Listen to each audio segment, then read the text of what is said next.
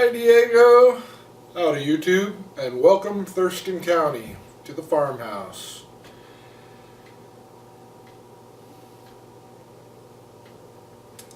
I've been giving it some thought about reflections on my childhood, and I just want to leave you with this one. When I was a wee lad, my grandfather taught me how to screw on a nut onto a bolt or a lid onto a jar. If you're trying to get it on and it goes crooked, you screw it back ways and the threads will sink into place, and then you twist it the other way. That is a very positive thing my grandfather taught me when I was 5 or 6, I think. Anyways, that transitions me into the next portion of this show. I'm done with cute stories from my childhood. I hope you guys enjoyed them, but I was talking with the wife and I'm really wanted to transition from that, and he said I should call this is like a good news show, which I find interesting, and I like that. So we're going with the good news show. That's what we're going to do instead of a when I was a kid portion of this show. And one of the things I did see in the paper that I consider good news, although the media kind of paints it as tragic, and there is some concern, is that there are hundreds of sea lion pups in Southern California that are not getting enough food, so they're fleeing from where they're being brought up at, and they're ending up on shore, and they're getting into these rehab shelters where they nourish them back to health and then release them into the wild. There's some concern as why there's so many of them doing this, but what I thought was cool is that there's multiple rehab stations along the coasts of California that take care of tragic wildlife accidents. There was over 500 sea lion pups that could have just starved to death, but humans were there to take care of it, and now they're going to go out and we're going to investigate what the heck's going on. It's not El Nino because it's not an El Nino season, so something's going on in Southern California. Good news is we've got people concerned, doing their part, and that's what I like about America and humanity, that we're all doing something. There may be politicians messed up or something else is going on, but we're doing something. There's people that are out here doing stuff, trying to make sustainable reality happen. And that's what I think is a good story for the day. What's cooking up? Cooking up? Well, this is what's cooking up. If you watched yesterday's show at the end, I showed you how I grilled these steaks. This one looks pretty flat, so I'm happy.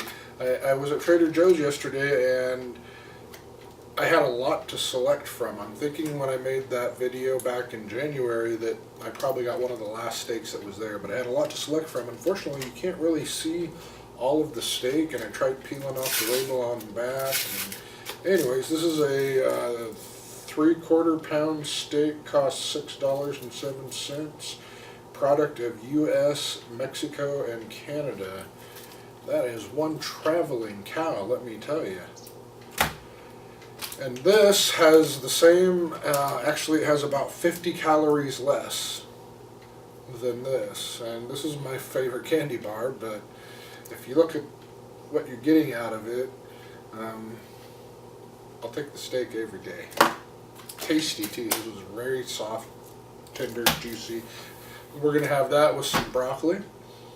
And I'm wondering if I should maybe try and make a snuck spice taste test on some broccoli or something, or maybe different broccoli cheeses. Hey, do you guys have a cheese recipe for broccoli? Let me know. Send me a link. Leave a comment. Charity. Part of my jack of all trades stuff is agritourism, and yesterday I went to that agritourism spot.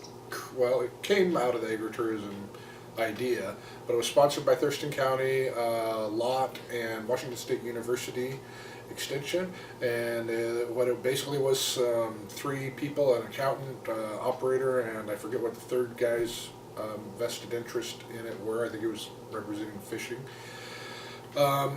Built this 1.5 million gallon biodigester in Snohomish County. They pump all the guys' dairy waste from 1,800 cows or 1,600 cows to that through a pipe, not by truck. I thought that was kind of interesting. They get food waste, like blood from packaging plants and stuff like that. So they're processing this up and they're producing as much electricity as they possibly can. They're looking into ways to use the gas other than just electricity generation. So that was real cool. Once again, that's a component of the Eco Village and has to do with the charity. And I hope that if we could somehow figure out how to build a smaller version of that here at the farmhouse, maybe a 10,000 gallon one to start with.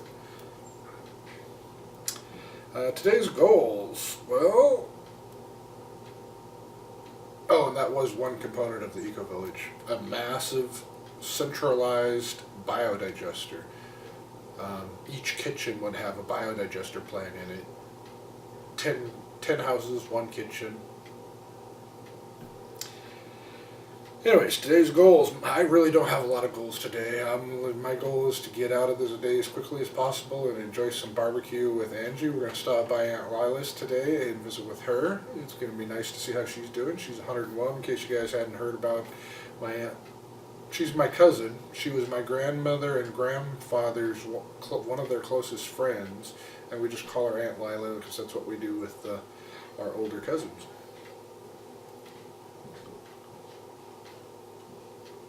So, we're going to run some errands. We're going to barbecue some steak. We're going to visit with some families. We might even have a candy bar for dessert. Contest. Bacon. Bacon.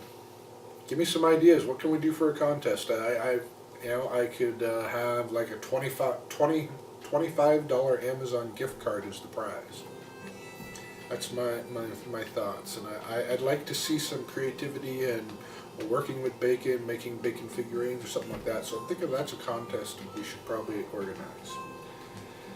And I am thankful for my wonderful wife, friends, family, networking. The new Music Mob stuff's going along really well. Nathalie's going to be our co-host this time. It's really great to network with new and energetic, loving people. Thankful for the garden and the opportunity to create a sustainable education barbecue circuit. And gardening tip of the day.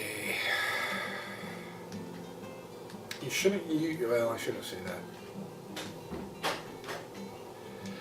Instead of using peat moss pots, you can use soil blocks. And you can get these at johnnyseed.com or territorialseed.com. They're called soil blocks, and you basically just take some seed starting mix. You get it wet so it'll form a ball. Talked about that yesterday. And then you press it into these little blocks, and you can put your seeds in it. And then when your seed germinates, you can stick them in a bigger block, or what we usually did, depends on the seed, you can just stick that seed right in the ground and it doesn't know it hasn't been outside.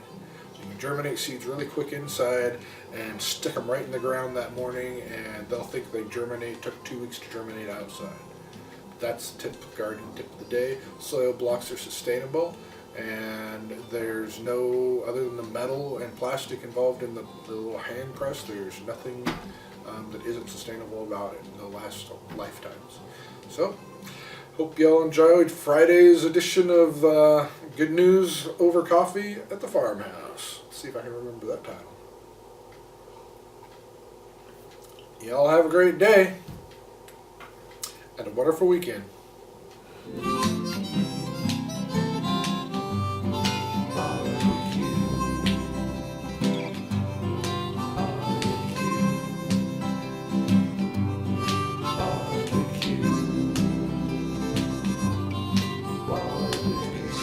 That's good.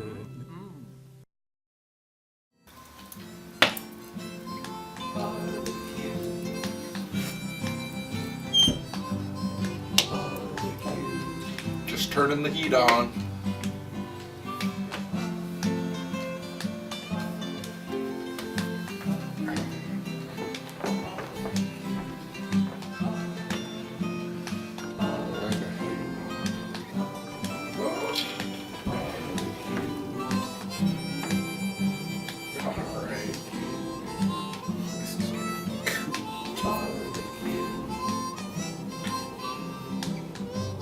we'll record it. If not, we'll run through this twice.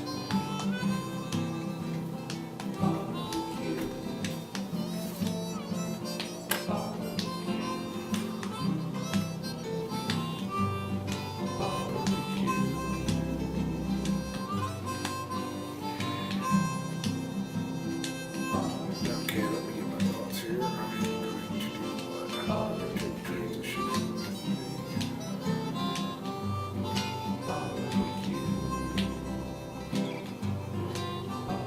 Y'all come back now. You hear it?